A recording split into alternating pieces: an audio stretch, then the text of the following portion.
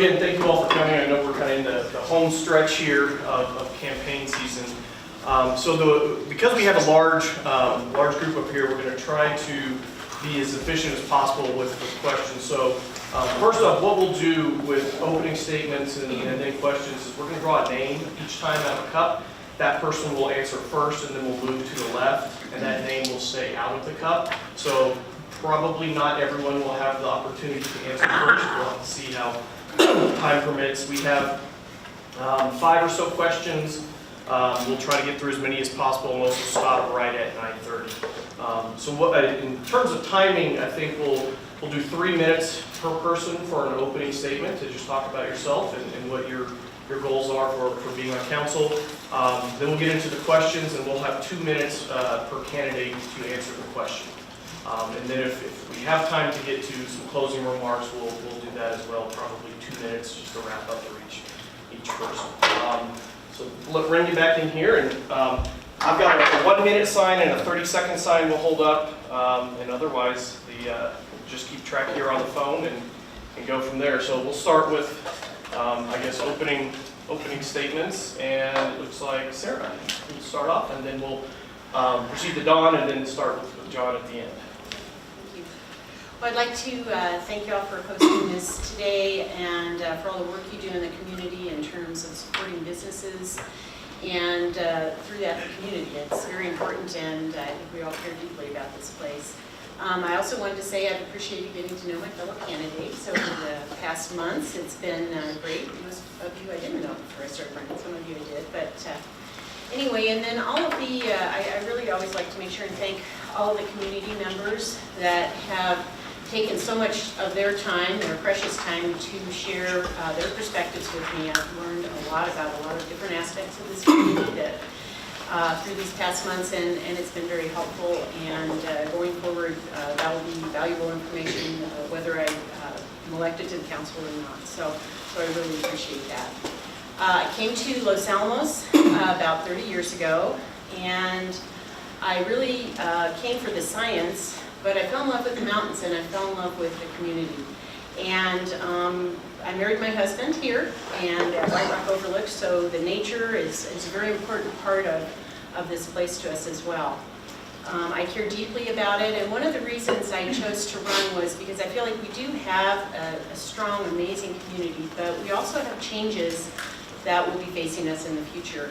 And I'd really like to address those changes proactively, and as I say, make change work for us.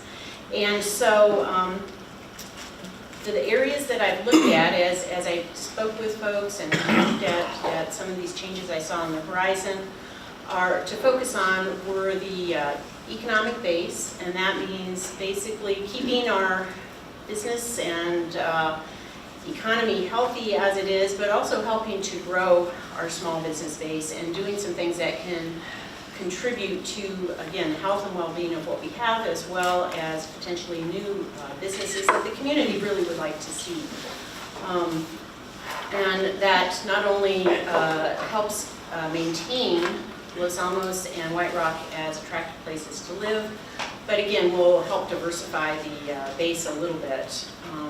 Additionally, I really want to focus on the environment, and that means protecting our open spaces. We hold those dearly in this town, as I mentioned before, and I do as well. So I want to do that. I want to continue work towards our environmental objectives. We have some very good objectives, and I think we can make progress towards those. Things like the carbon neutral 2040 goal are realistic and doable, and I'd like to see us to continue to make progress. And then in the sense of, again, diversifying our economic base, the fact that our environment is changing, and although this may be a great snow year, and I'm hoping for that, as are many, I think, in here, we are seeing a warming, and so it's potentially reasonable to look at other types of activities that we could expand and into that would help, broaden our economic base, as well as just make this a fun place for us. So, thank you very much. Good morning, I am Dawn Trujillo-Ross. I'd like to thank the Chamber and everyone else who came up this wonderful rainy morning to have breakfast with us. A little bit about myself is I'm a native of northern New Mexico. I grew up in Espanola and Chimayo, and my family lives in Turgis. I have worked in northern New Mexico, the hospitals, LAMC, Santa Fe Presbyterian, before I moved into the laboratory. And I've been with Alamos for 15 years. I was a student who took a break out of high school. I didn't go to college right away. I had to get out there and learn on my own that it's difficult. So with that, I earned a couple degrees from Northern, and I wanted to change my career path last year, so I completed a bachelor's degree in project management within 15 months while working full-time. So I strongly believe in change, and I think that we are in charge of our own destiny. We have control over our path. With that, I also have 2 young daughters who, well, one is down at state at NMSU and a high school student here at our local high school. And with that, I see that we have opportunities to focus on our youth. One of my big topics that I always go back to and always talk about is having a teen center for our middle school youth. I think we're missing that very vulnerable age where our children make decisions that are either good or bad. Also, because I was a student who didn't go to college right away, and my grandfather was a welder in the union, and I've supported the craft at the laboratory, I think it's important that we focus on our young people graduating from high school, because not everyone is cut out for university. And I think we can provide a great opportunity to focus on vocational school and produce pipe fitters and welders and construction workers. Speaking with the program manager in my current position, all the laboratories have contractors who bid on construction projects that are local except Los Alamos. I mean, that's Hanford, that's Oak Ridge, so if we can provide opportunities to help our youth create a business and a future, then I strongly support that. I also support aligning our county government with small business owners and making growth and opportunity work for us. I think we need to concentrate on that. If we want a community of small businesses, then we need to make it easier for small businesses to succeed and survive. Thank you. Dawn Trio-Box? Under 30 seconds? So, good morning. I'm John Bliss, and I appreciate the Chamber and their sponsors for putting on this event this morning. It's one of the most important issues in the campaign this year, I think. A little bit about myself. So I moved to Los Alamos over 20 years ago after retiring from the Army. Spent 22 years in the Army, moved 14 times in 22 years. Seen a lot of communities and seen how things are done in a lot of places. I actually spent some time here in Los Alamos earlier than that, early 1990s as a student, spent 3 summers here, so the memory of Los Alamos goes back a little further. So why do I say it's one of the most important issues this year? I've discussed with residents and talking to people over the years, particularly during the campaign, and what I've heard is a lot of people want more business in town, small businesses, and to support their families and their life here. They think economic development is important. They think we need more housing. But then they go on to say, then the most common thing people say is they don't want the character of Los Alamos to change. But it's going to change. I mean, we have younger families moving in, the lab is hiring. There's a lot of things that are going to change. So the question could be, how do we manage that change? How do we maintain the character of the county while we support businesses and get more businesses in here and have more residents? I've also spoken to visitors, particularly at the Friday night concerts, and they mentioned a lot of the same things, but they also think, from an outside view, that the county isn't as attractive as it should be. So I think we have a lot of work to do to attract people to the county. The interesting thing is all these issues and many others, including sustainability, and were present 2 years ago. 4 years ago, and as far as I can remember, everybody's ran on those issues for a long time. So I'm not running on those issues. I'm running on being able to get something done. We need to actually make progress. And we need to stop talking and understand how we're spending our economic development dollars and how, what are we getting in return? And are we actually making progress? And we're making some, there's no question about it. But I think we're being overcome by events to some extent. And the Lano contract is a good example of that. Again, 4 years ago, I said we need to diversify the economy, and other candidates and other people told me, Lano will always be here, they'll always be spending, they'll always be getting tax dollars, we don't need to do anything. At that time, the issue was quite different. It was the mission at Los Alamos was decreasing, the dollars were decreasing. This year, that's not the problem, but we have the gross receipts tax. So we don't know what's going to happen in the next years, but the solutions and the things we need to do don't really change. There's been a lot of talk, a lot of planning, and not many results. So I kind of think of it in terms of, it's like looking at results on a sports team. It's like adding up all the distances traveled by all the players on the field and calling that progress when you're not scoring any goals and not moving the ball down the field. John, we've reached our time. I'm sorry. I missed your 1 minute thing, I'm sorry. Oh, yeah, sorry. All right. Sorry. Is this Mr. Webgene? Okay. My name is Brady Burke. I'm a candidate for county council. I'm a small business owner. I've been a small business owner for 20 years in Los Alamos, so I understand a lot of issues that small businesses face. I've got this written down because I tend to get excited, enthusiastic, and run around on all sorts of topics, so I'm just going to stick to my script. As a small business owner, I understand the need for business relationships. But the county and the council focused on the loss of the GRT. They failed to recognize the opportunities for relationships that come from that loss. While Lano is not compelled to pay gross receipts tax as a business entity, it is in their best interest to invest in the community in which they operate and their workers reside. Such an investment demonstrates their commitment to a better Los Alamos County and a community to which they attract the best talent. But Lano is not the only one with a stake in the game. N3B has joined our community and is already investing in Los Alamos County and the surrounding communities. They have committed to funding apprenticeship programs, technology education, and to help give our local businesses a larger pool to hire from. It is important that these businesses see the benefit of investing in Los Alamos and White Rock. At the same time, we should demand the same of our county and council.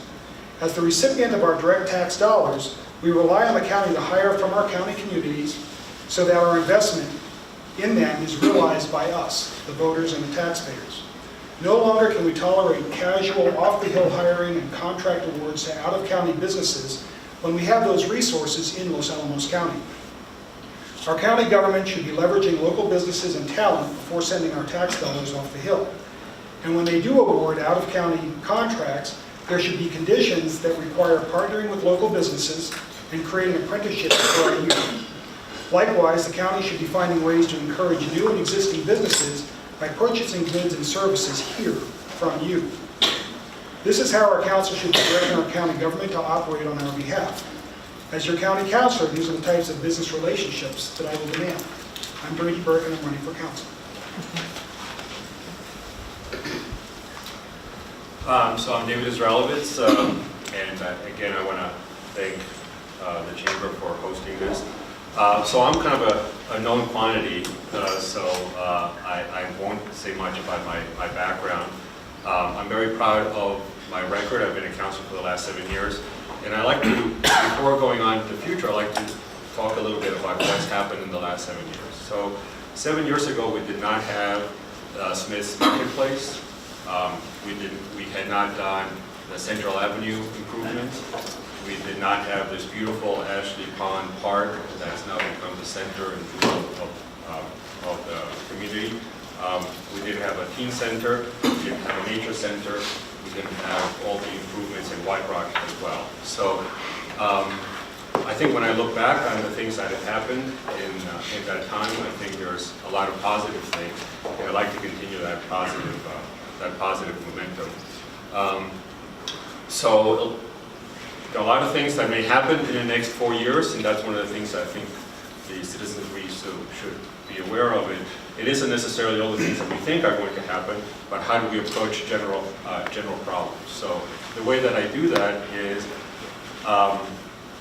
I first of all, advocacy for the citizenry. So what is it that day-to-day things that need to be done? So I'm always open to fixing potholes, which just got fixed on Loma Linda, and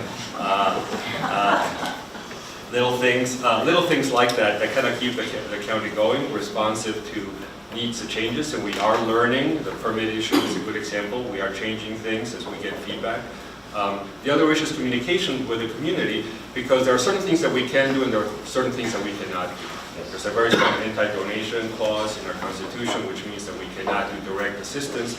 But for example, we worked with the LACDC to have a facade improvement program where they are funding some of the local improvements. And finally, strategic planning. And that's the hardest and longest viewing thing, because we may not see any changes 5-10 years from now. We didn't know what Central Park improvements might do, but I think it has become refocused people back downtown. There's a lot more traffic in town, and other things that we may that we're working on, such as annexation of parts of Santa Fe County for economic development. There's a little land that Los Alamos owns in Santa Fe County that could be developed. Those are things that we kind of have to be looking forward in the future. So I hope that my background is, and the things I have done, you can look back and hopefully you'll see those as positive investments. So thank you again for your attention.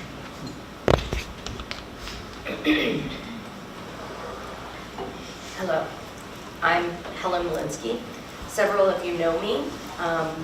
Some of you, I recognize your face, you probably recognize mine. We've passed in the store at the supermarket. Let me give you a little bit of my background. I'm very familiar with this room. I'm very familiar with this school, because not that long ago I received my associate's degree in engineering here, and continue now working at the lab, thanks to the education that I got from this opportunity that we have here in our community. I chose to run because I saw several things that I think had gone off the rails regarding the county. And several things are great about the way the county is run, but some of the focuses that we have had in regards to business, speaking to you as a business community, that I think I should address. The focus of bringing all of our business and our small business into one centralized location, I'm against. I think that having all of this focus on just the Main Street downtown, it does not suit the needs of the community in its entirety. We need to have a diversified base, because there are going to be places outside of the places that we have already looked at. There are going to be a lot of home-based businesses. There are going to be a lot of places that need business. I can think of the Hilltop Center, I can think of down by the co-op. These places need to be given just as much focus and just as much attention as the Main Street and the renovations that we've done there. A lot of the problems that we have is where government is maybe exploring new ideas to help with business. They can sometimes be stepping in the way and not helping, but curtailing entrepreneurial spirit by over-permitting and structuring things in such a way that you end up increasing the rent space and the cost and the initial cost and burden for small businesses.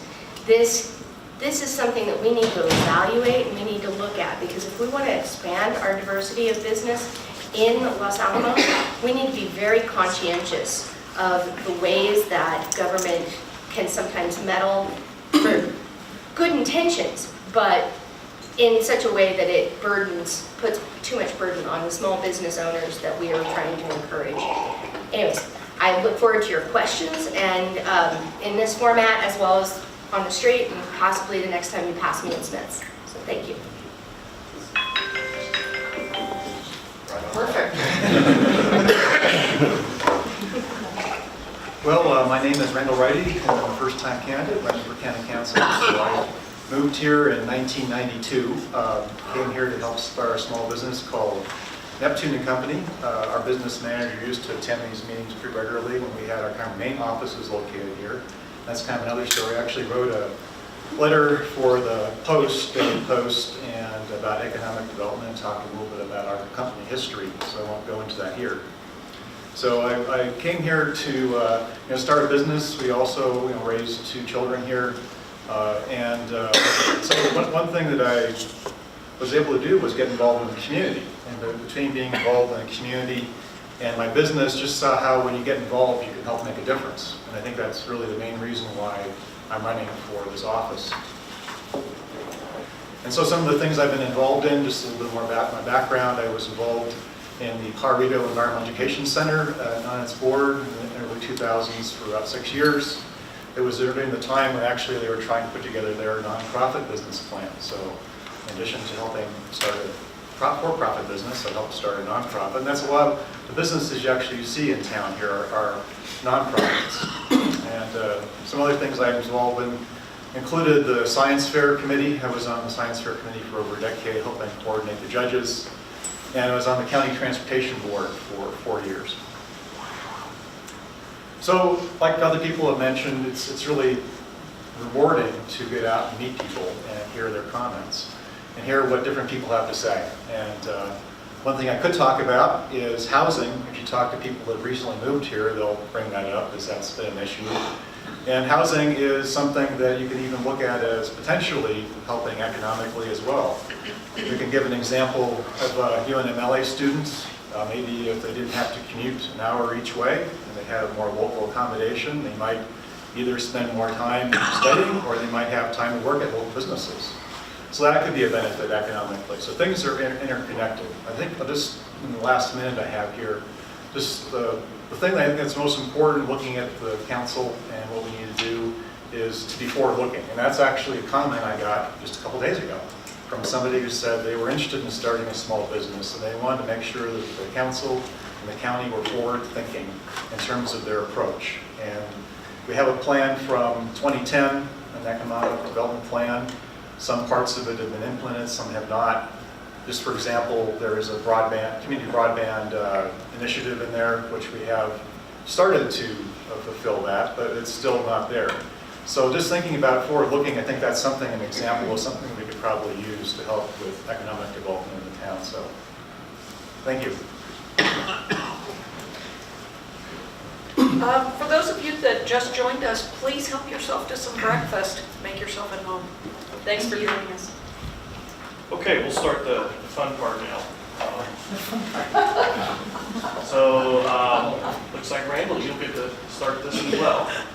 So we'll start off with a very easy question for everyone. Yeah, and so we'll have 2 minutes this time to answer. What specifically do you think the county can do to make Los Alamos more business friendly? So, yeah, I guess I kind of alluded to part of that. I think we have a plan that was developed a few years ago that had some items in there. Depending on what kind of businesses we're trying to help support, you would look at different aspects of that, but things like broadband would probably be helpful for small business, even people that want to develop businesses at their home. We also have just the permitting process and making sure that that is, I think, easier than our neighbors would be a great goal because we have some problems now where some contractors still don't want to work up here because of the difficulty in contracting. I think another area where we could probably work on is just in transportation. So that was also in there. We have, I guess, the Fly Santa Fe is the option for Los Alamos. I think we need to look at that and decide if that's working for us as an option. It's fun going first.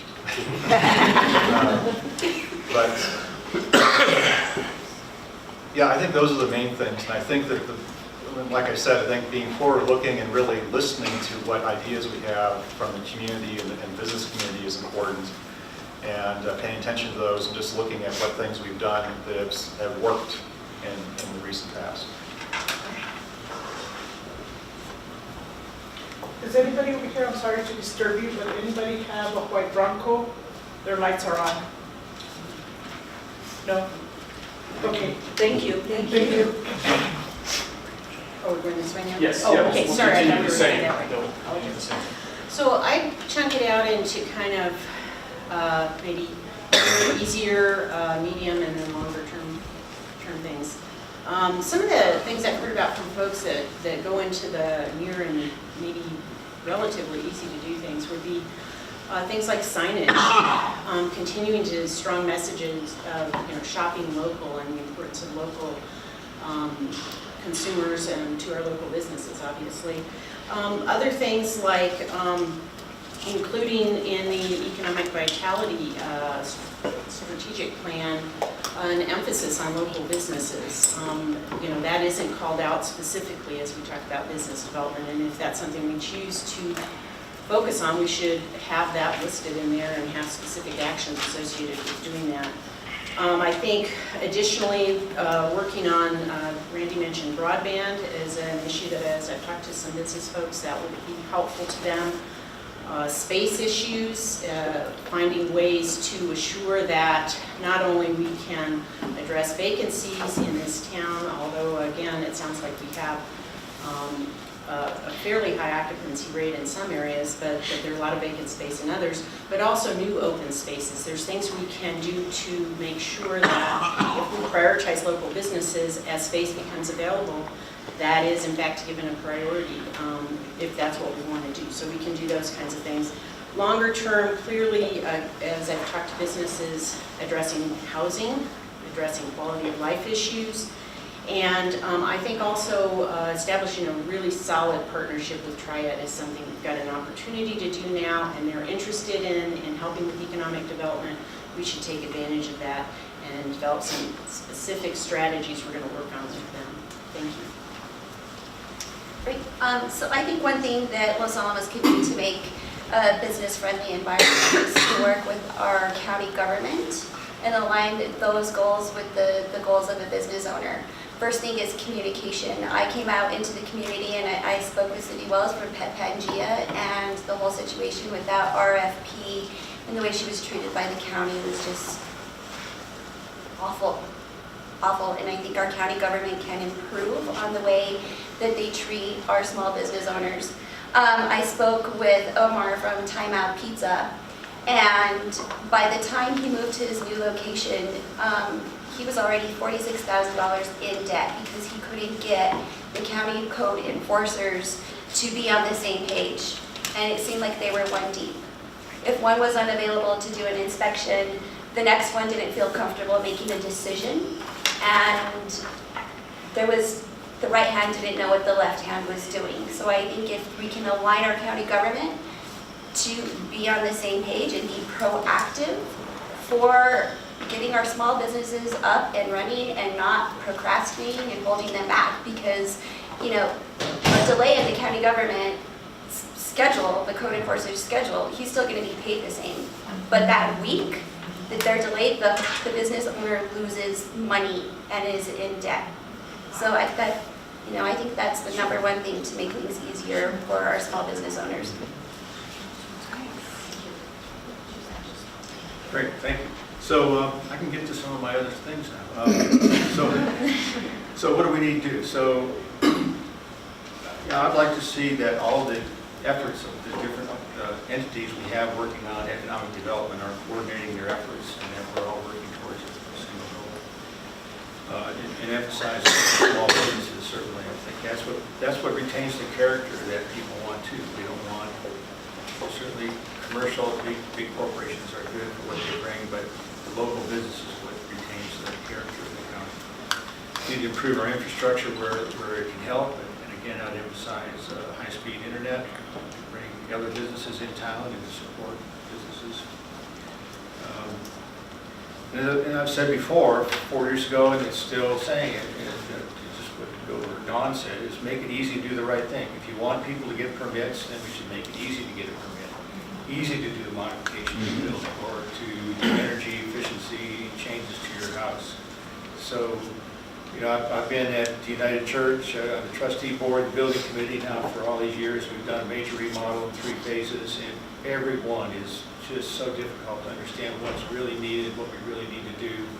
And it just makes it so difficult finding a builder, getting the final release of the property. And as Dawn mentioned, and we've seen the same thing, you know, that you can't get a decision that means anything for more than 10 minutes sometimes.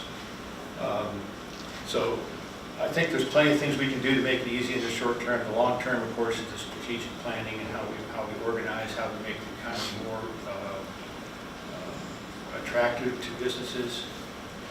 We do have some problems there in terms of our size, but we need to figure out how to provide services here that require people to go off-site to get things done so that they can get all their business done in town. So I think there's a lot we can do, so there's long-term, short-term, but we need to work on it all. I guess my concern is the direction that the county government takes when it does business. You know, the idea of getting the job done is more important than meeting the needs of the community. I don't think is the right way to do things. And so I have a big push for making the county government invest in Los Alamos itself, awarding contracts off the hill, keeping business, giving preference to businesses that are not here already. Maybe the effort is that we're trying to bring businesses here when we've already got successful businesses and people that are trying to make their businesses succeed. It needs to be their focus. They need to focus on getting services from the people that are already here instead of looking at bringing in other businesses from outside to take over roles that we already provide. I'm against the idea of moving the Chamber of Commerce. Nothing against Patrick and Ryan. I'm not sure if they're in favor of moving or not moving. But I think having the Chamber of Commerce and the Visitor Center downtown in the middle of the businesses makes more sense, because when the tourists come into town or when people come into town, they're in the heart of the business district. So it's within easy walking distance of everything. I know there's a suggestion of putting it out at Eastgate or at Entrada, and so we give people directions. Oh yeah, go into town, you might find a restaurant here, you might find a restaurant there, instead of, it's around the corner here, there's a good business that you can visit, get some local flavor and feel for the town. So I think the county needs to focus on promoting our local businesses. We need to promote businesses in White Rock.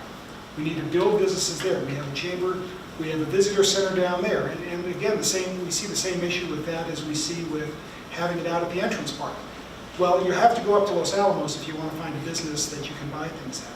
So we need to promote local businesses. We need to provide it where people are visiting, and make it easier for the visitors as well as our local consumers to utilize them.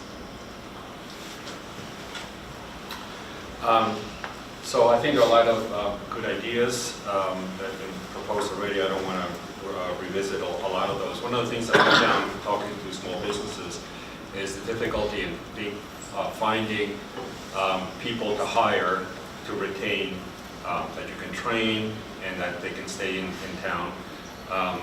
And one of the things that we've been working on council is affordable housing initiatives. And in fact, we are about to break ground on a HUD qualified affordable housing program, 70 apartments right on DP Road behind the Knights of Columbus, specifically so that people can live in Los Alamos and not even drive to the downtown areas if they're working in Los Alamos. So I think that's one thing that we can do to help small businesses. The permit issue is an interesting one. A lot of communities don't provide any of these permitting issues. It's all run through the state. And in Los Alamos, we have a mixed system where some things, structural permits, are done by the county, but a lot of other things are through the state. And there are a lot of problems in getting electrical and plumbing permitting done. And we've been trying to work with the state to try to expedite that. We encourage people to come to the county and have a pre-meeting so that they understand all the different processes. And then the last thing I want to talk about is tourism. taking advantage of the different parks that we have, the transportation, trying to get people that visit Bandelier to come into town. That's another way to fill in some of the gaps, especially on the weekends, of some of these small businesses that don't get the traffic that the lab provides during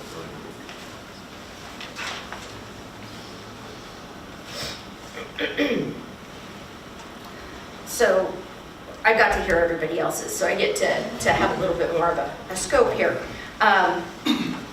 There's been a lot of great ideas, and a lot of them are ones that I would bring up, but I'm not going to reiterate, at least not too heavily on any of them. One of the things that the Chamber of Commerce does best is brainstorm, and they brainstorm with you, the business owners, in what solutions they can help bring to the table. I think the county needs to be doing more of that brainstorming, but they need to bring all of the players to the table. And one of the things that I find lacking is sometimes we don't have all of the players at the table, especially ones such as the property owners, bringing them in and explaining to them the needs of the community, as well as the permitting office. I want to give a shout out to Tamara Bear, because she is part of the planning, and she's the planning and zoning person. She does a really great job. And as far as signage and creating mixed use space, I think she's done an excellent job in her tenure here.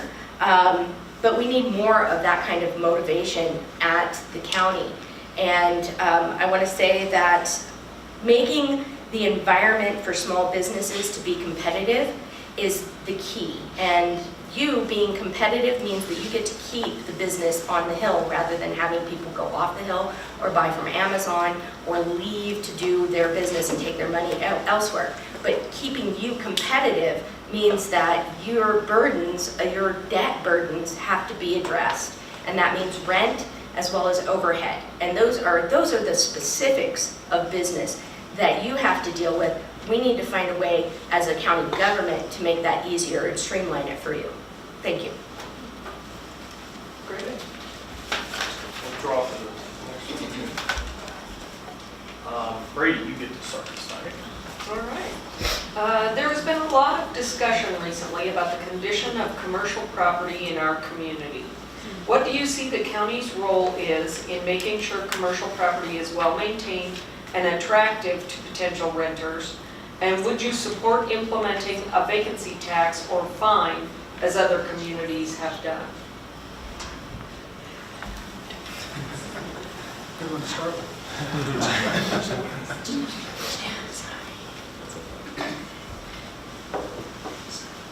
I think the county government's role is to establish some standards by which we present ourselves as a community.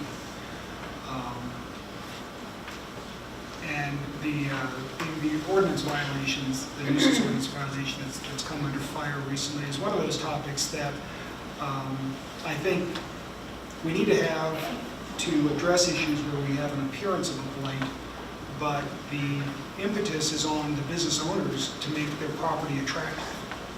People that own property that don't have attractive retail space are not going to draw businesses to participate in them. So they're going to have their own issues of paying for something that nobody's using. There's a concern that the people that rent those spaces have to make improvements, and I think part of that negotiation between the business owner and the property owner needs to recover some of those costs rather than because the property owner is going to benefit from them with the next client. As far as the tax on it, I think what we need to do, I'm against punishment as a mechanism for getting compliance. I'm more of a proponent of offering benefits and incentives to get people to make improvements. We can take a look at the old Smith's building and say, why do we still have that thing unoccupied? Are we going to give Smith a large bill for, I'm sorry, is that 30? Yes. 30, okay. Are we going to give Smith's a large bill for leaving that property vacant? Are we going to buy the property back so we can do something with it? We need to do something with it because it's a prime piece of property. It's the front end of town, and this is what people that come here and work and live here and visit see, and it needs to be there. So what I think we need to do is come up with incentives versus punishment. Thank you.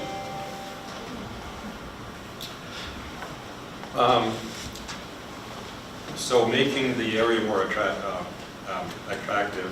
I actually think that there has been a lot of progress. I think a lot of there's been some turnover in commercial property ownership. I think there have been a lot of improvements. Some of it is driven by business reasons. Other it is pride of ownership, just someone who comes in and wants to do a fresh start. And sometimes it is because of higher expectations that we have now as a community than we used to. Those of you that have been here 30, 40 years ago may remember that the community bank used to be a decrepit old gas station with broken windows and so forth. And I don't know why that wasn't taken care of 40 years ago. So I think as a community we are kind of moving forward, and there's both a governmental but also just a community expectation to improve that. Regarding a vacancy tax, I don't see that. I have not found that is a good solution, because the major vacancy issue is Kroger, and they're already losing loads of money on that empty property, and I think adding a vacancy tax to that is not going to make them change their business reasons. What we would do then is just penalize small property owners that do have vacancy for real business reasons. So until someone can explain to me how to do that in a way that doesn't just penalize small businesses and not penalize a multi-billion-dollar entity that doesn't really care, I would not be in favor of that. Square footage. We're talking about square footage, the square footage of running a business. And I think that the county government does need to investigate the possibility of leveraging a fee. I hate to use the word fine, because I think it doesn't have to be something that comes with a criminal aspect, and fines come with a criminal aspect. But fees or of the sort could be investigated as far as per square footage, which this would leverage directly onto the larger corporations or the larger entities of property space to actually utilize the space rather than to squander it or not allow small businesses an advantage. There could be a carrot aspect rather than the stick of the fee that could be looked at.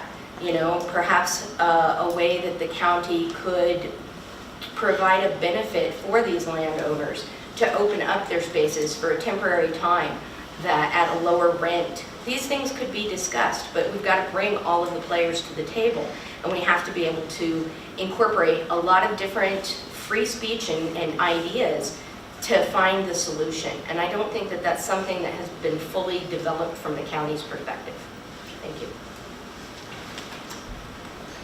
So I think I forgot to mention I'm actually retired from Neptune Company. So one of the things I did as I retired is we actually bought our office building. So I'm not sure, but I might be the only one here that actually own commercial property in town. So I have some experience with that. And I'd be sensitive to having people assessed fee if property space was vacant. That'd have to be done very carefully. I think that the frustration that we're experiencing primarily has to do with one or maybe two particular properties in town that are vacant. Unfortunately, they're large and co-located, and so they kind of give an impression of a lot of vacant space. So I think that there could be, though, some thought about if the fire marshal has to inspect the properties every so often, and maybe it doesn't matter too much to the property owner, but sometimes it will be motivation. So that's a penalty. We also need to look at incentives for getting space reoccupied, and just the the appearance of the space definitely affects how much somebody's willing to pay in terms of rent for the space. So that's kind of a market-driven thing. If you have space that isn't in good shape, people aren't going to want to pay much for it. But maybe somebody has a need that they don't need to have a very fancy-looking storefront. They have something that would better serve with maybe something that's a little bit more basic. So there's kind of a variety of things, and just having and I think. Just looking at that, we have just heard this week that we're expanding the Main Street definition to include White Rock, and that's good. And maybe you can include some of the other commercial areas in town as well. So I think that there's some things that the county is looking at doing currently. And I understand the frustration, but I don't think we want to do something permanent and global that is really relating to 2 properties. So I'd like to really carefully consider what the ramifications are before we do something like a vacancy assessment. There's kind of 4 areas I can think of that we could help in these 3 items that you've listed. Regarding well-maintained properties and so forth, I think really, and this has been done, but communicating the feedback that we get. So what do people see when they come into town? What is their perspective? How does that affect their engagement with local businesses? I think that kind of information, immediate information to help the folks is good. I do think the code enforcement, I've heard from folks as I've gone around, there's been a lot of concerns about it. But there have been a lot of folks that have said, hey, yeah, there are cases where we need to get after that, and that would help with some condition of certain places, especially long-term kind of more egregious issues. I think also continuing to provide funding as appropriate, like the LEDA funding and others that can help businesses at the level and in the way appropriate is good to continue doing those kinds of things as we can. Additionally, opening up, increasing competition, opening up space, continuing to negotiate for additional land, and then selling or transferring that land to businesses in a transparent way that's consistent with our strategic objectives in terms of supporting local businesses and business growth and health, I think would be another thing that we could do. And then finally, regarding the vacancy tax, I would agree with looking at that. I've heard from a lot of folks that they think that might be helpful. I've read about it, and my understanding is there's a mixed bag in terms of how that shakes out, but I'd be willing to look at things that might be useful. Additionally, though, I do think in terms of some of these larger properties, we should make it a priority and really get after it.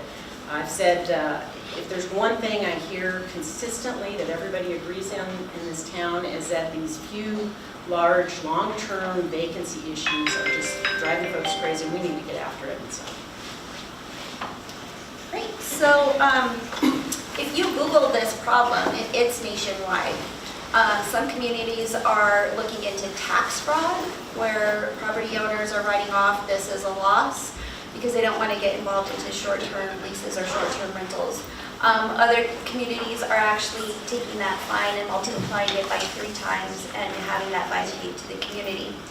In Albuquerque, in 2016, this ordinance was introduced to the government there that an empty building should be registered in 30 days with a $500 registration fee. It needs to be maintained, and every 6 months, the business owner or property owner pays another $100. I called to see if that went through, and it was actually taken down to $200 as the registration fee. The property needs to be maintained and re-registered at $100 every 6 months. If you go and you talk to people in the community, I spoke to Bliss Lee, who's actually, very sadly, not going to continue his business when his lease is up. But he looked at, trying to establish a tea house in the old Blue Window building, and the property, he said the roof is leaking, the wiring needs to be updated. It's not worth it to invest $30,000 in a kitchen that has to, equipment has to stay there just to have tea. In terms of the Kroger building, you can Google this stuff, Center for Community Progress. There's 3 steps. You can have the county that can do this, have the buildings registered, motivate the property owners to take this seriously and maintain the property and make it rentable, and then, acquisition. If they're unwilling and unable to make the property rentable and work with the community, then the government takes it over.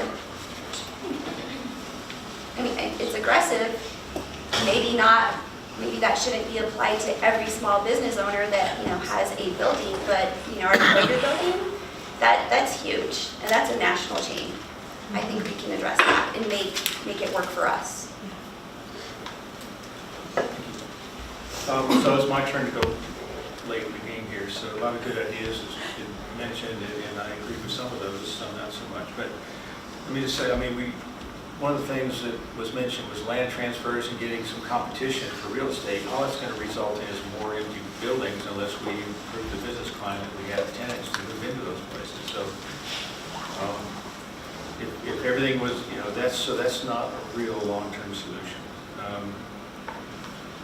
So I think the main problem is improving, as we've talked about already this morning, the business climate and getting businesses that can survive here and support our population and visitors to the county.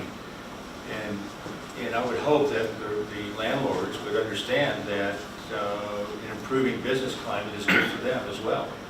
And that if they're renting spaces and we have businesses operating in the county, we will eventually get to a point where rents can be increased if necessary, and we will have more overall business. As Dawn mentioned, this is a nationwide thing. There's a recent article in the Atlantic Monthly about all the empty storefronts in New York City. And they got the same problem. So it's a nationwide thing. And they've mentioned three problems. One are high rents, the Amazon or online shopping effect, and then landlords who are waiting for a better offer, waiting for a national chain to come in and can spend a lot more money on rent. So I think those reasons resonate here, I think, and so we need, again, I think the fix is to get a better business climate and more businesses in those spaces, and landlords to understand their best interest. I'm not a big fan of additional fees, taxes, whatever you want to call them. It's all a tax. I think, governments raise money to do the necessary and appropriate things, not to cause people to change their behavior for the most part. So we need to make it in their best interest. All right, we'll move on to the next question here. Bella, looks like you get to start. Boy. Next question. Our local LEDA funds have been an important tool in economic development to help Los Alamos-based companies grow and expand. Our current LEDA fund will run out of money. Would you support a recurring revenue stream, such as what's in place with the Art and Public Places Board, that would ensure our LEDA fund remains a viable economic development tool going forward, especially with how aggressive the new leadership in Santa Fe and Albuquerque has been recently using their own local LEDA funds? Yes. I know that, is it ubiquitous? Ubiquity is a recipient of the LEDA fund here in Los Alamos, and they're doing great. They are very innovative. The new technology is impressive, and if we could provide funds like that for more businesses to come in, because I support that strain for more technical businesses to come in and establish kind of a grassroots launch pad for anything innovative. Because like John said, I mean, our climate is changing, our business climate is changing, and so what do we have here in Los Alamos? We have science and technology, research and development. So can we support manufacturing? No, we don't have the water, we don't have the space. So I think we can really make an impression and move forward and help young people, young entrepreneurs with the LEDA funds and job training, anything like that to move forward. So I support that, because I think, with anything where we're encouraging people to step outside the box and try something new, and maybe it might take off like this new company, why not? And if we have young people in our high school who don't want to go to university that have a business idea, people come up with Google and Instagram and all of this stuff. So let's support that, and let's help our community grow that way. So I certainly support the LEDA process and the funds and what it can do for us. I have to look carefully at what the proposal is to fund that and what the trade-offs are. But I think it's an important element of us encouraging business in the county. And as Don was saying, we don't capture a lot of the spin-offs or potential spin-offs from the lab, which should stay here. Or could stay here. And if you go to other towns, other DOE towns that have chains like Oak Ridge, they have a lot of spin-offs in town, a lot of people that have stayed there to do business. And so we do have limitations on commercial real estate and land, but so I think high technology, small square footage kinds of businesses that we can encourage to stay here are excellent. So again, I would have to look at the particular source of the funds, but I think we need to ensure that that option is available for us to encourage and capture businesses in town.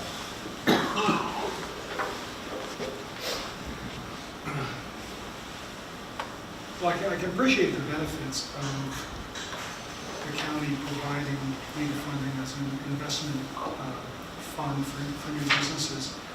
My difficulty with it is that it is twofold. One, it's preferential to new businesses and doesn't provide those similar types of opportunities for the local businesses.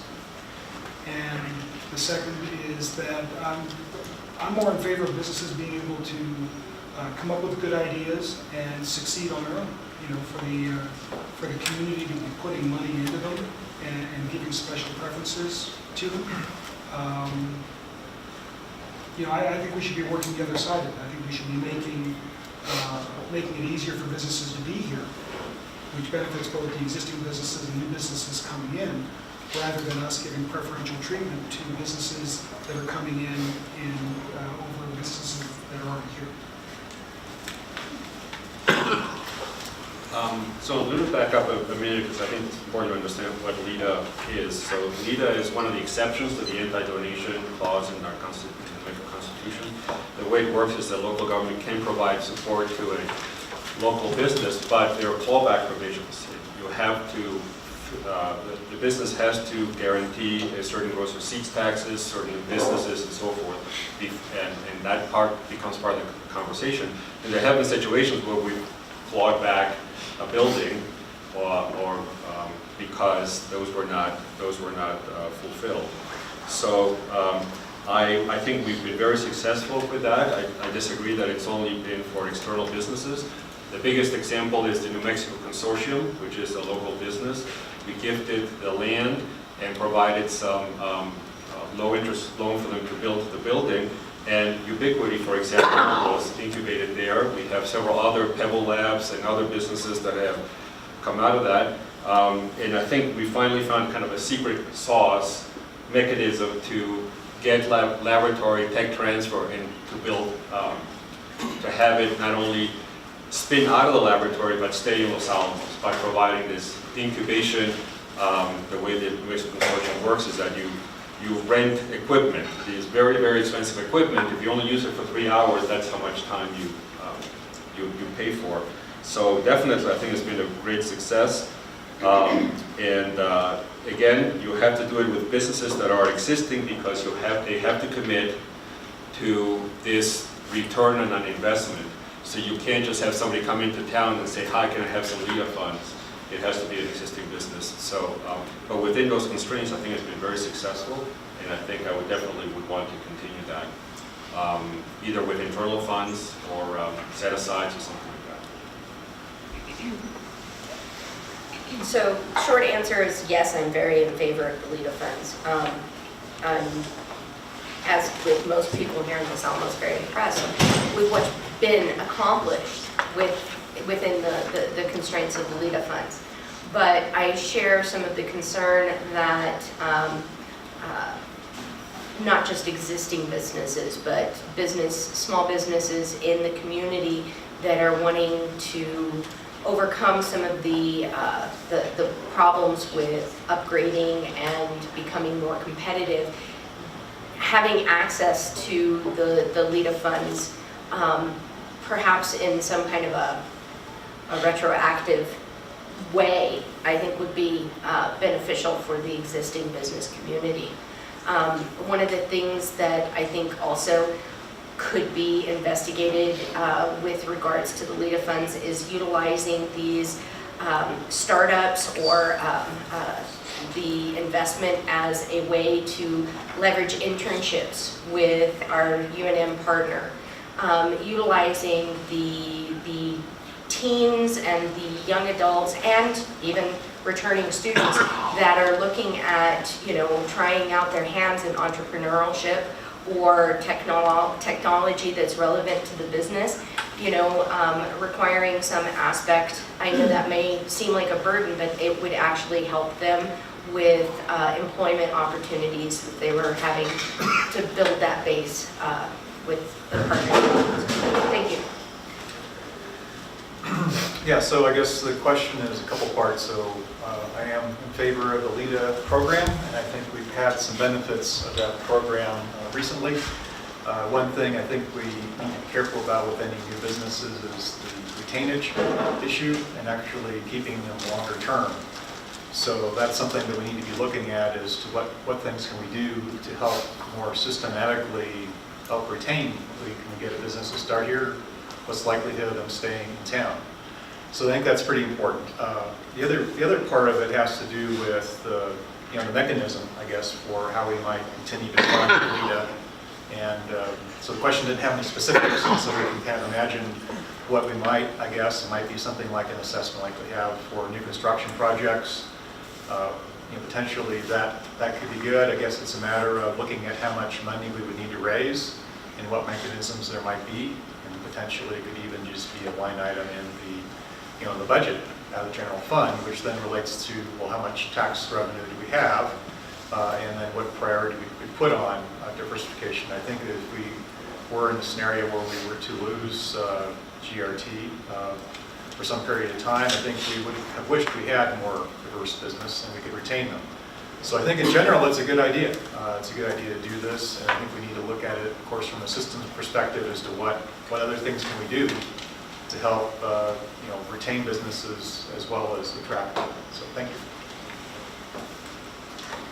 All right, well, again, generally, I think I share the sentiment of the other candidates. I support the LEDA grants, and I think it's been useful in the past. Specifics have been discussed. The question specifically asked if we were going to have a long-term kind of dedicated stream similar to what we do for the arts programs. And so to address that, I guess what I'd want to understand is specifically, just like for that case, what would this LEDA fund stream be tied to?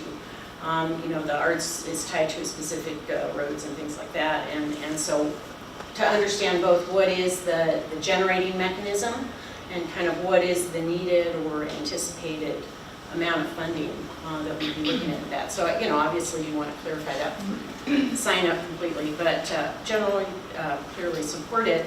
I'd also want to really be sure that we could articulate and communicate to the community the business case for that.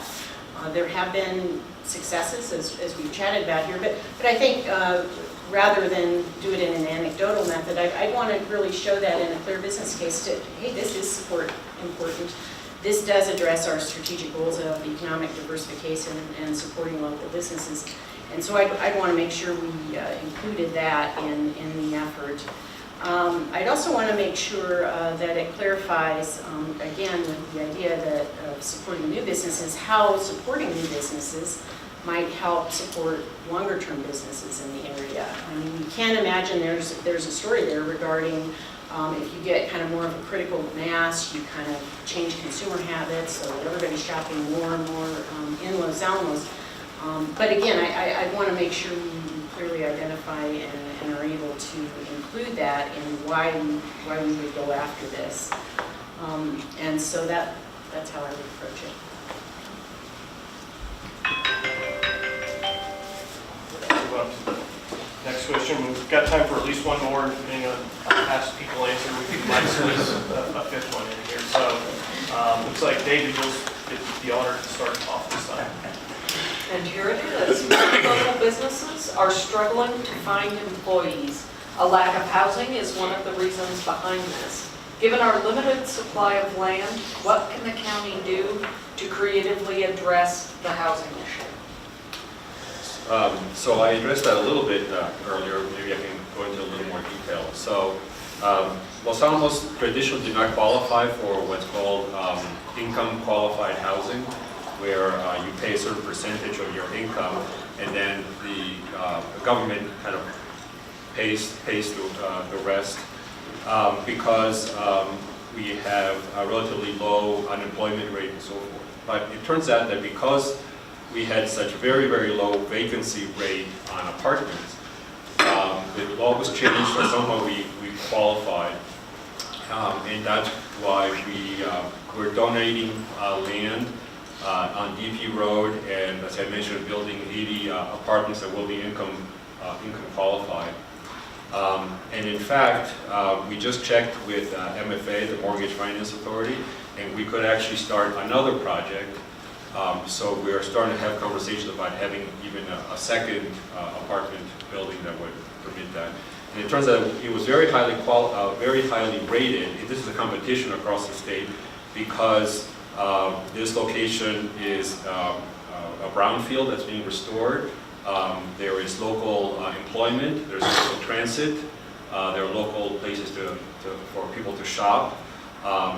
We have even a bus stop that we're going to be building there, so we're really working hard to try to take advantage of this special opportunity that we seem to have, a little window of opportunity to get some of these federal funds to provide income qualified housing. So we'll keep looking for that. We have staff that is looking very carefully at other opportunities, and we'll continue to do that. So 80 units is a lot, but our need is much greater than that. And we have a business base that is here already and struggling to stay here. We have people that are living in quads, that are living in the Denver Steels, that are living in out on North Mesa, and they regularly are using our local transit system in order to be able to get to and from work. There is an element in our community that is struggling to stay in our community, and we need to make our community a little bit less hostile in the way that we have towards their housing needs as it is right now. For example, this is going to kind of segue into the notices of violation issues and fines and fees and restrictions that they've had to face as far as renovation. Renters and landowners that are trying to provide housing for the population that is trying to be here, making it more and more difficult for them to be able to provide good housing at a reasonable rate. Our rent rates, if you try to look for a place right now, if you found one, are astronomical. And these 80 units are going to help, but the problem is much more diverse than just one building unit, and then we're going to have, you know, a workforce housed in one little building unit area. We have a workforce here now that is struggling. You know, we have students that are looking for jobs. It's a little bit more complex than just providing one set of low-income housing. We need to make sure that the housing that people already have is accessible for these funds. So, thank you. Yeah, thank you for the question. So I touched on housing a little bit too in my opening remarks. So obviously, we do have a limited amount of land as the question kind of proposed. So what can we do? So one thing I've mentioned in my letter was about redevelopment. So redevelopment is an option. And right now, we do have a couple of pretty large properties that are vacant, that are in the downtown area up here. We also have Longview in White Rock that's been condemned. So there's some opportunities for redevelopment in certain areas now. Redevelopment doesn't happen right away, but it is probably the best solution if we have a lack of, you know, a certain sector, so we could say apartments and other lower cost housing. We have zoning, so the county can influence the redevelopment through zoning. And I think that we also have, the code specifies 50 feet as the maximum height. In general, that's probably the height you're going to build most places, but there are some places where there's some opportunities for a little bit taller development. I think about the Los Alamos, former Los Alamos site office. Trinity is one place where maybe that could be taller. So I think that the county can help with this through the redevelopment and zoning. And of course, we've already heard about that particular grant. So we're going to have some housing right here in downtown area, and it is just addressing part of the needs. So we have to continue to work hard to see what we can do to get more more development and more housing, because there's been, lots of people have mentioned, short-term housing, whether it's UMLA students or summer students, there's a lot of need for it, and I think it's something that benefits the town and the lab as well, so thank you.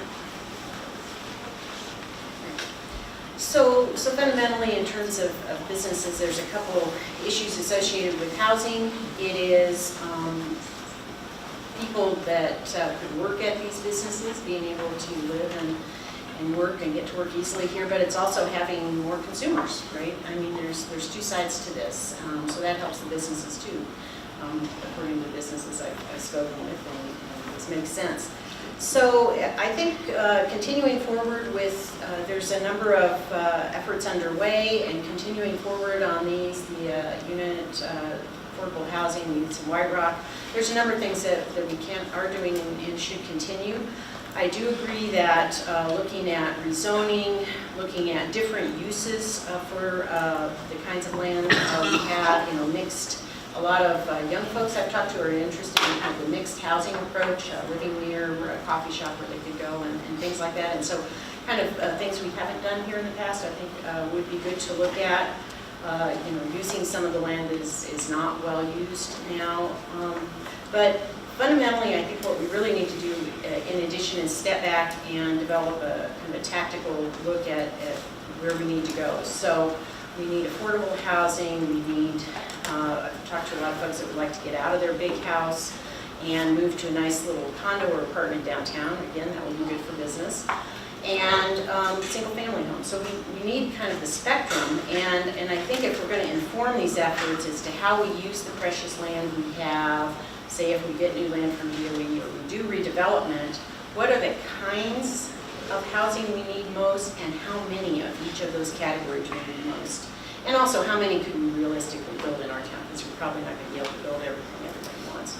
So coming up with kind of a guiding look at housing in the future in this community, I think would be really important. Right, so I kind of see this as a big circle. So we have business owners who are struggling to have employees, and we have low-income employees struggling to live here in Los Alamos, and it's very expensive to live in Los Alamos and White Rock. So as the circle that I see, or the cycle that I see at Main Street this week, I understand that there's going to be an opportunity to provide education or some kind of workshop on customer service, which I think a lot of people these days need to understand what customer service is.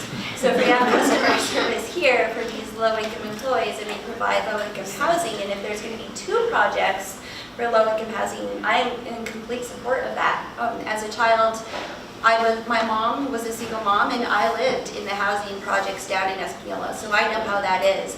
But I also see an opportunity here in Los Alamos to provide a hand up and to break this cycle. So if we have low-income housing with low-income employees, but their children come to school here, and we provide opportunities to break that cycle, to move up and to go to college, and to end up giving back into the community, I think is a great thing. And if we have more people living here, working here, going to school here, there's more money to spend here in our community. So I see that it's all tied in.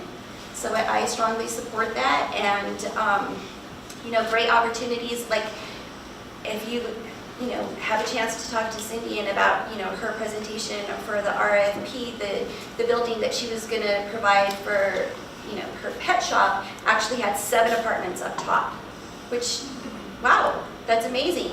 And we should support that kind of growth and that small business opportunity.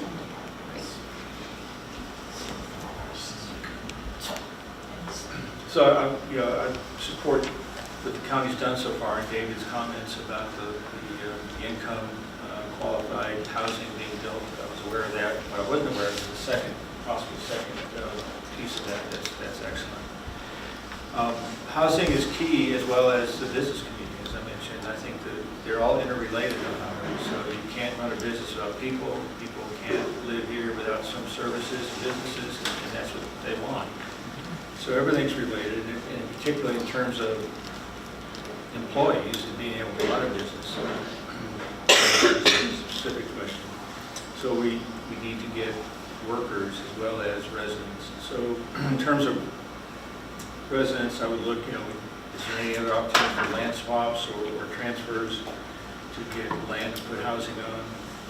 Absent that, or even with that, we need to look into renewing some of our housing as our incentives that can be based on sustainability, energy efficiency, and somehow get the housing stock that we have more attractive for workers coming to Lanham, people who want to live here, as opposed to living in Santa Fe or elsewhere. I would support, in terms of workers, I would also support, as we mentioned a couple times, some kind of formal apprenticeship program. High school students can learn work habits, support businesses, and I worked in a hardware store in high school, so for 2.5, 3 years all through high school. Learned a great deal about how to behave in a business environment, how to provide customer service, and so on. And we have a lot of youth that don't seem to be making the best use of their free time. Not for me to judge, but my opinion. And so I would support the mixed use idea where we have commercial things on the first floor with housing.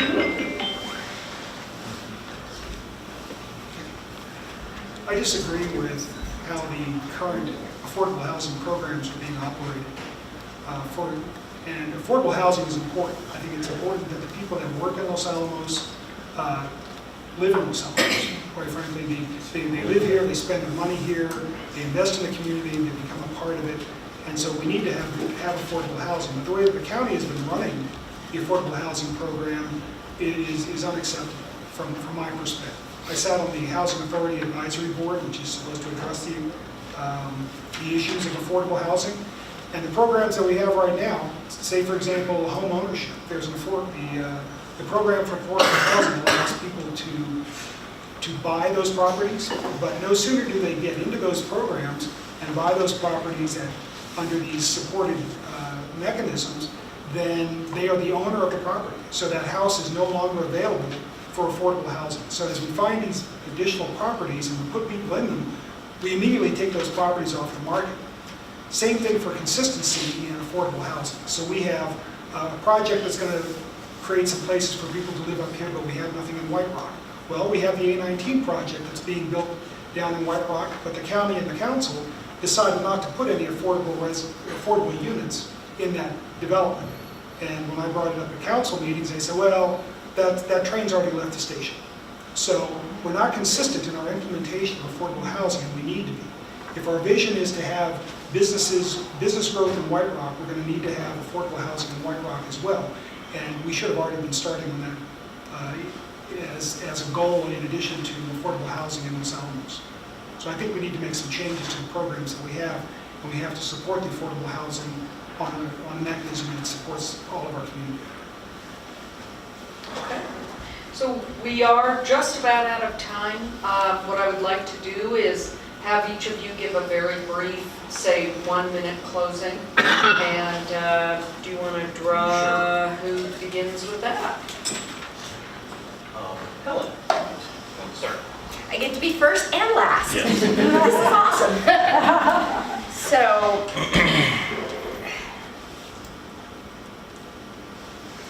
I think that we've addressed a lot of great issues. There's been a lot of great ideas that have been spoken about.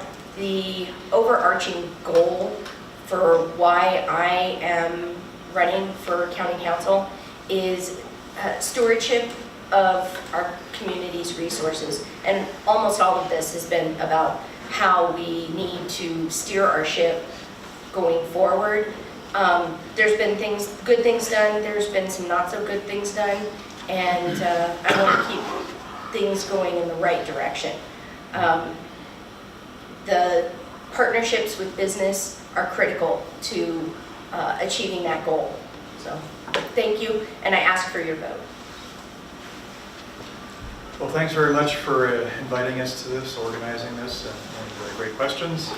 And so I guess one thing I'll point out is I have a website. I have some more information there, so we don't have more than 1 minute. You can go and check that out. So it's RITE4council.com. And yeah, I think that the thing, like I alluded to in the opening remarks, was actually about listening to what people's concerns are. And so you kind of hear a little bit about that and the nature of the questions we got today, this morning. And I'd really like to hear more. So that's one of the things I think that people need to listen more than they talk. And I've talked a lot today, so I need to do a lot of listening to catch up. But it's great to hear what people are concerned about in the community, and I'm optimistic because of that, because there's a whole variety of good ideas out there that people have, and I think we just need to get to work and work together. And that's something that I'm really in favor of, is understanding our common values and working together. Thank you. I ask for your support. So what I bring to County Council is my perspective from participating in this community as a consumer, parent, volunteer, working here. I bring my leadership skills and experience. I've led large and complex organizations, developed and implemented new and meaningful initiatives and programs, and my communication skills. As county councilor, I will work hard for you. I will work respectfully with the community, with the county staff, and with my fellow councilors for you. And I'll continue to listen to and hear you and learn from you. I'll commit to making myself available as I have at my Let's Chat sessions and going door to door if I'm elected, and in strengthening communication as we move forward, so that we understand as we make decisions what are the options, what are the trade-offs, and the context. I'm Sarah Scott, and I ask you for your vote. So, in speaking in one woman who encouraged me to run for council, she said the thing that she liked what I had to say was, I feel if you complain, you should have a solution. So I'm up here and I'm offering solutions, and I'm trying to think outside the box. So in speaking with my freshmen yesterday, you know, we talked about always getting the better job, always moving forward, not staying stagnant, not moving backwards.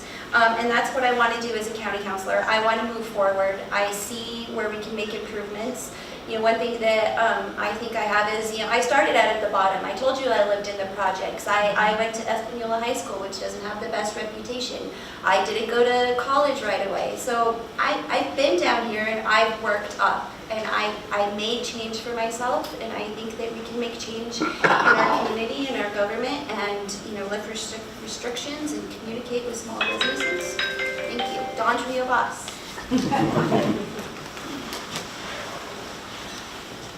So I start off by saying that the business community is vital in the county. It's important for all the things that we do, and it's not one or the other. So we need to worry about businesses, but also landlord and community and housing. It's all related. This has come up today.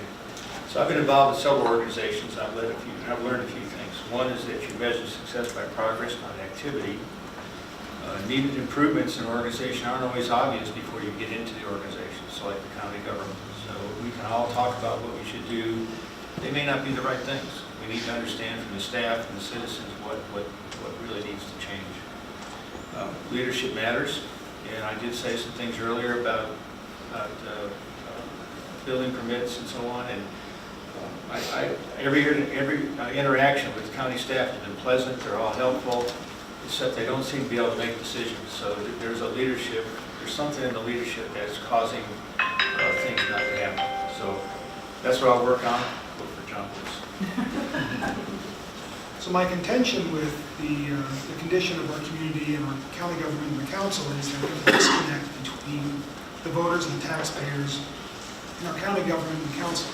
We have the same problem between our businesses and the other entity, the county and the county government, or the county and the council. What we need to do is not have each of these battles individually and take the issues on with our government and our council. We need to come together as a group, define what we need and how we're going to think, how we think our businesses should best run and how our community should be best run, and have those opportunities in front of the county council and say, these are the issues we want you to bring forth and change. Because if we don't have that, if we don't have those opportunities, other than our 3 minutes of a county council meeting, nobody's listening to us. We need to work as a group, and we need to change how things are done. Brady Burke for county council. So I hope I've displayed a little bit that I'm fact-based, logic-based. I've been called a Vulcan on the county council. My wife doesn't think that's a compliment, but I think it's great. So I think it's important to listen to the community. In fact, I'm on my way on a rainy day to the farmer's market where we always get some good comments. We should also check in with other communities, we don't necessarily have all solutions to all the problems that are unique to us. I've had conversations with Diane Gibson, City Councilor in Albuquerque about vacancy, for example. So finally, it's been an honor to be a councilor for the last 7 years. I hope I can serve for another and no more than 4 more years. We're term limited. So I would appreciate, it's been a great ride. I hope I can do it and serve our community for another 4 years. And thank you again for listening and for attention. Great. We're coming in right at 9:30, so I want to say thank you very much to all of the candidates for coming here today. We don't have James Robinson here. He was unable to be here, but I appreciate all of you attending and putting yourselves out there for the business community. Please vote. Your vote matters. Thank you very much. Have a great day.